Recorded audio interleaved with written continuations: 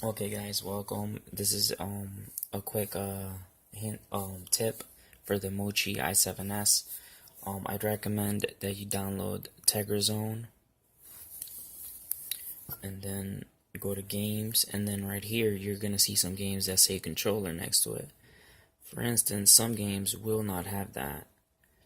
And what that is gonna do, ideally would be that it would allow some of these games, like I said, not all, but some of these games to work, off the bat. So I'm gonna try like Skyfish.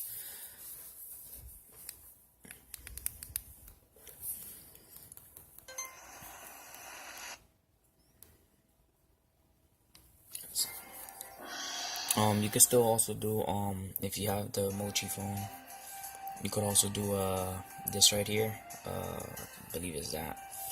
And then right here, so you had that, you click on that, and then you get to map all the keys. I'm gonna disable that for now, but you can if you want.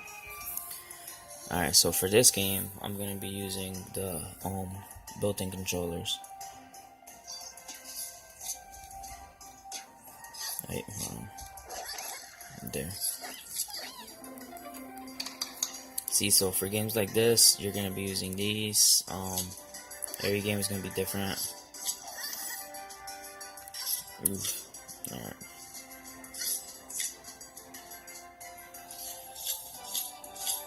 So you aim like that for this game, and then you go with that, stuff like that. So that's just to show you how to do that. But yeah, so that's one app that I recommend, just because it has, like, for me, the best controller games. Like I said, if you put a Shield Xbox or a PlayStation controller, it will be more compatible with the games. But it will read this as an Android controller.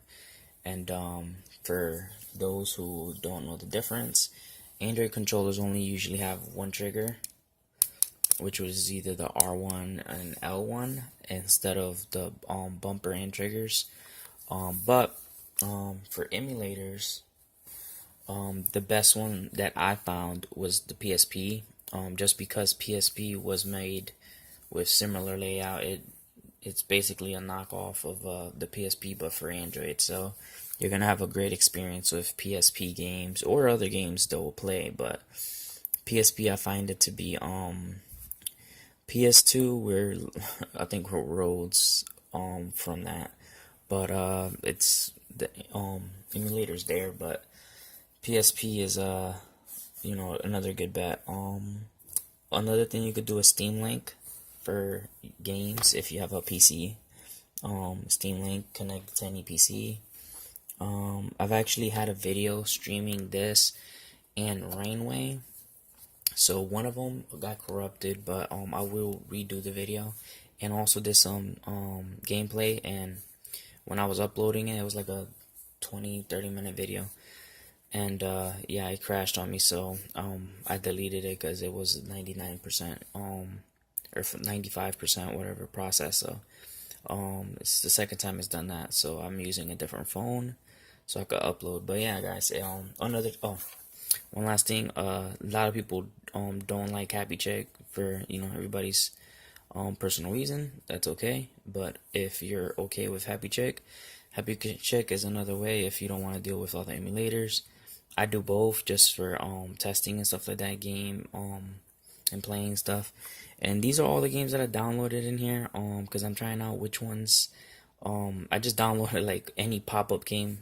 All these games are just pop-up games, literally pop up in ads or videos, and I just say yes, just yes man, so that way I could be able to try out what apps, without me being biased, work with this device and could be potentially useful. And I will be downloading a rotation set orientation application, because I've noticed some games always go this way. So we're gonna want to play them like that horizontally, because they always go vertical. So we're gonna try to change that. So yeah, catch you in the next video, guys. Hope this helped. But those are probably the 3 apps that I recommend: Steam Link, Happychick, TegraZone, and a bonus, any emulator of your choice. You could always just go with RetroArch if you don't want to deal with buying the rest of these. I went ahead and bought them, so. But if you don't want to deal with buying those, Happychick is a good alternative. So